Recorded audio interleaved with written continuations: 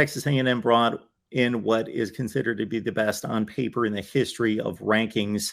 How do you factor that in? Obviously, those players are going to have an impact, but it's probably going to be the least during their freshman seasons. How do you weigh in the recruiting into the first year for those players?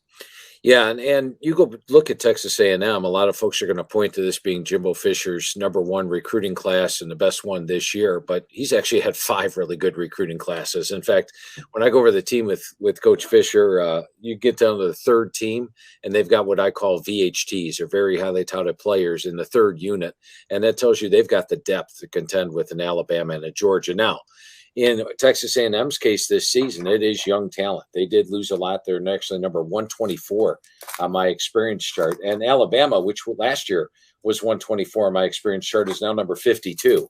So I think the experience you have to factor in.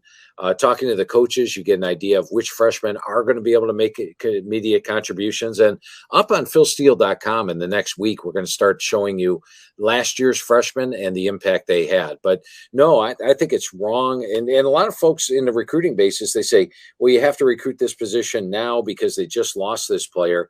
I feel coaches need to recruit the position 2 seasons out. If you know you're going to lose a player to the NFL, get his replacement in now, get his feet wet, redshirt him, or get him ready for the next season, and then he's ready to step in. And I think if you're relying on true freshmen to replace your starters, then you're going to struggle during the next year.